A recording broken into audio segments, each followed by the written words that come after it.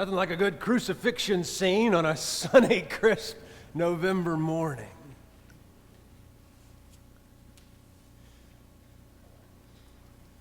What about the cross, huh? What about the cross of our Jesus? What is the power in the cross? There's a question for the ages. Let's have a go at it. The power of the cross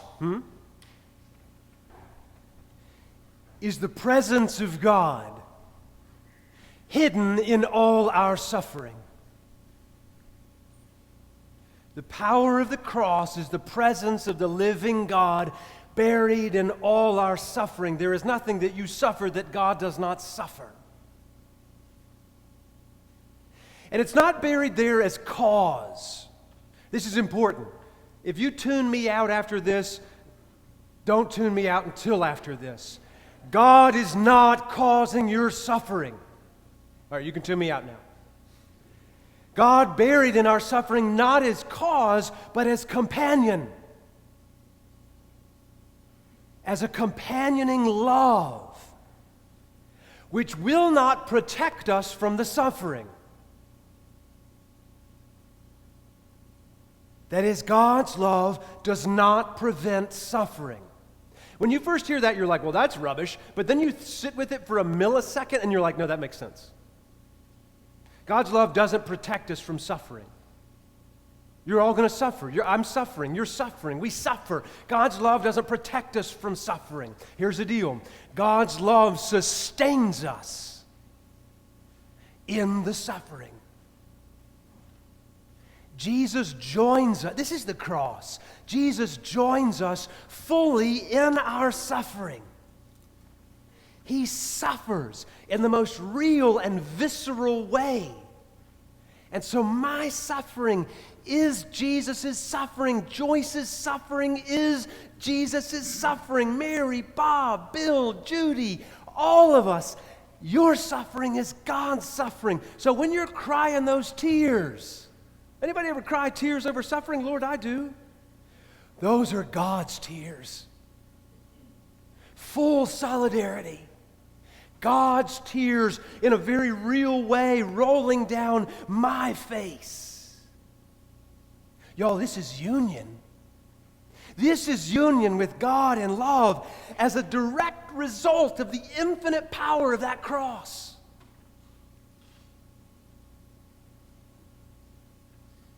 That's pretty awesome.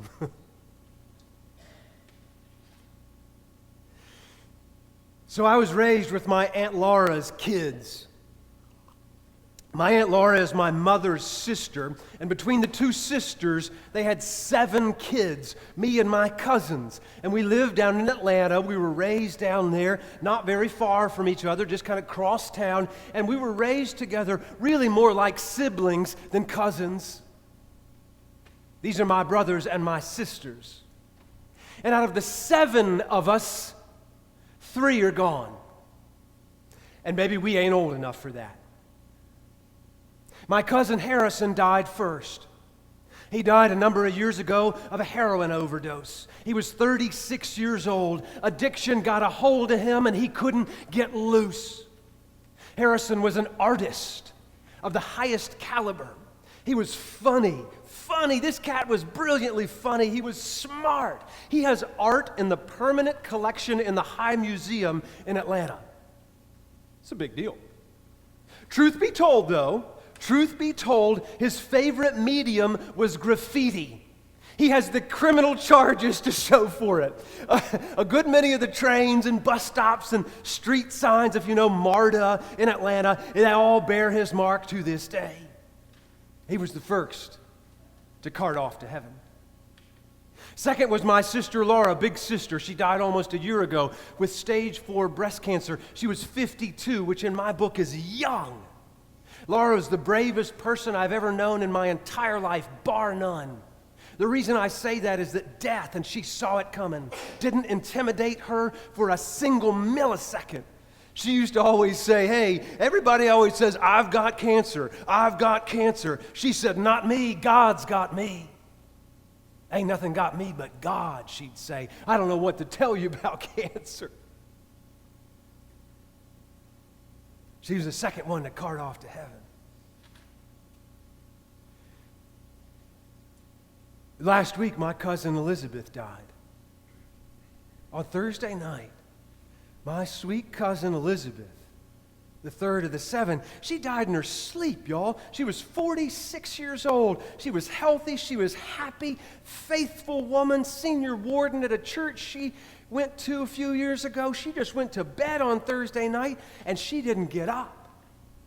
Elizabeth, don't tell the others.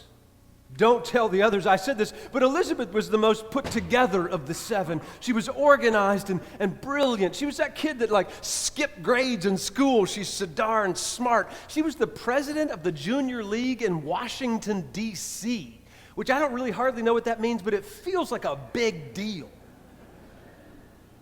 3 out of 7 carted off to heaven, and I miss all 3 of them. And their seats are going to be empty. You're going to have empty seats. I know some of you will. Their seats are going to be empty at Thanksgiving dinner, and I am heartbroken.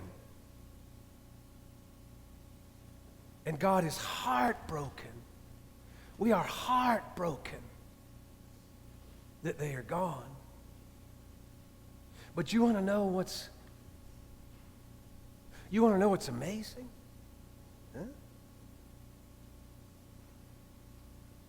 There's not a cell in my body, y'all. This is kind of testimony. There's not a cell in my body that feels like all that death in my little tribe is unfair. It doesn't feel to me unfair. And I want to tell you why. One reason why is my dad always told me and my little brother from when we were little boys, life's not fair. We say, oh, come on, Dad, it's not fair. The neighbor kids have a crossbow and a go-kart. It's not fair. And he'd say, son, life ain't fair. Now go outside and ride those perfectly good bicycles your mother and I got you for Christmas, or stay inside and do chores. Your choice. Life's not fair. The other reason I don't struggle with unfairness, The other reason I don't struggle with unfairness is Jesus. Now, I was thinking about this. Jesus I've known Jesus a long time. Some of y'all known him longer than I have. Jesus never, not one time, I was thinking about it. He not one time told me that life works out fairly. He has never said that to me. I look back, when Elizabeth died on Thursday, I looked back through the Bible. I thought, well, there's got to be something in here. So I looked back through the Bible to see if there's anywhere where it says that life is supposed to be fair. Looked through the whole thing. I just skimmed it, I didn't read it. I couldn't find a single place. Where Jesus holds up fairness to the light and says, one day everything's going to be fair. But you know what I did find? I found nothing on fairness. But you know what I did find? No, I found a couple of things in there, Joyce. I found this spot where Jesus says, hey, don't you worry now, because the Father and I are going to come and make our home in you. We're going to be with you. I found this other spot. I think it's in Matthew's gospel, where Jesus says, hey, don't you worry about it. I will be with you until the end of the age. I found this other spot, I was looking for fairness, and I found this other spot where this cat named Paul, who was a good buddy of Jesus, he said, hey, love never ends. Another place I found where this guy, Paul, he wrote a lot. He said, nothing will separate you from the love of God, not death, not powers, not principalities, not angels, not devils, not nobody. Love's going to be with you. And then I kept on looking, and I found 1,000 places where in his own way, Jesus says, love is all. Love is all.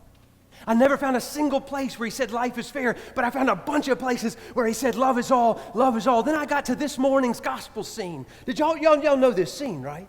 I heard what he said to that thief on the cross, and that cat is going through a lot of suffering. The thief on the cross is going through an awful lot of suffering, and I heard what Jesus said to him. He didn't say life is fair. He said, baby, I promise you, this day you will be with me in paradise.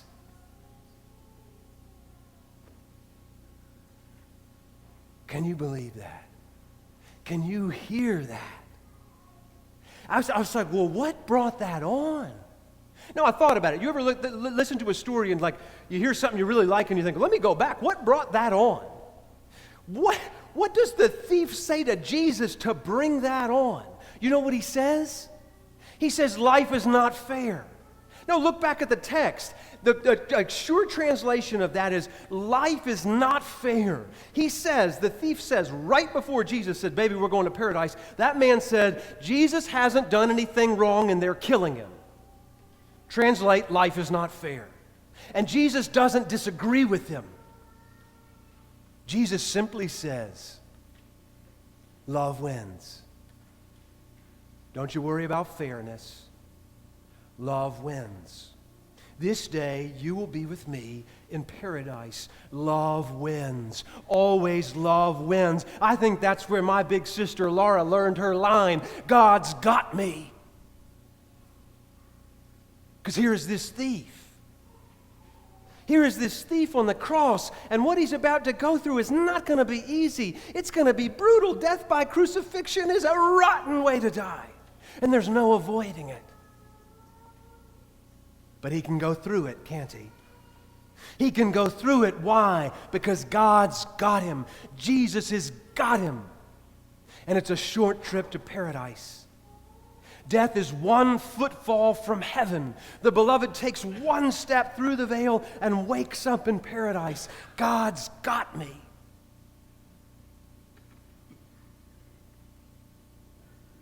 That's why I don't struggle with fairness. Because God's got me. God's got you. He's got the whole world in his hands. And I'm watching that thief. Like I'm watching that thief. Because he gets the best, most comforting line in the whole darn Bible. The Christ of the world says to him, you're going to be in paradise with me today. So I'm watching that cat. I'm like, what is it about that guy?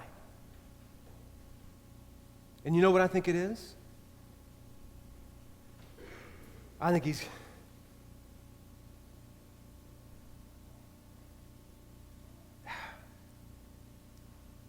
goes to Jesus. I'm sorry if that sounds simple. He turns to Jesus. He goes, we always say, go to God for love. He goes to God for love. He's going through hell on earth, and he turns to God and Jesus Christ for love. He turns to Jesus. What does he say? It's not very complicated. He just says, I need a little help. I need a little help, Jesus. Will you remember me? I need a little help. And I think that means, I think he's the archetype or the icon for somebody that's got a prayer life. Huh? No, I look out at all. I know you suffer. I know your stories. You've honored me with them. And the reason you're here today is because you've got a prayer life. Huh? To have a prayer life is to start, nurture, maintain a relationship with God. To have a prayer life is to turn to Jesus every day for some portion of the day and say, I need a little help. Turn to God every day, talk to God, listen to God, sit still with God. How do people make it through suffering and death and heartache and 3 out of 7 gone before their time?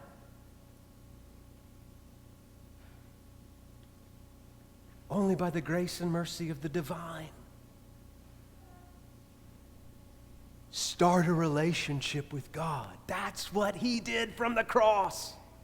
And I say, make it robust and energetic and colorful. Ask God questions. I hope y'all are telling God you're mad as hell when you're mad as hell. Tell God about your anger. He can handle it. Tell God your sorrows and your fears. Go to God for love and know that your sorrow is God's sorrow. God's sad with you. Go to God with your tears and know that your tears are God's tears. You and God are not other than each other. Y'all didn't hear that. You and God are not other than each other. You are one. And so your laughter is God's laughter. Your joy is God's joy. That smile on your face, That smile on your face is God's smile on your face. And the beautiful color and light in your eyes, and the beautiful color and light in the eyes of your children, that is the shade and shiny love light of Jesus the Christ. He's here. I'm going to say it one more time, then I'll stop. The love of God will not protect us from suffering, but it will sustain us in all things. And that is why we say love is all, and we mean it. You see, life is not fair, damn it.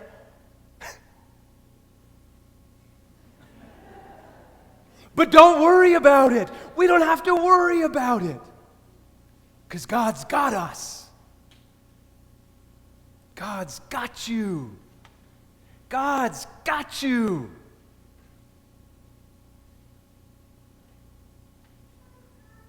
Amen.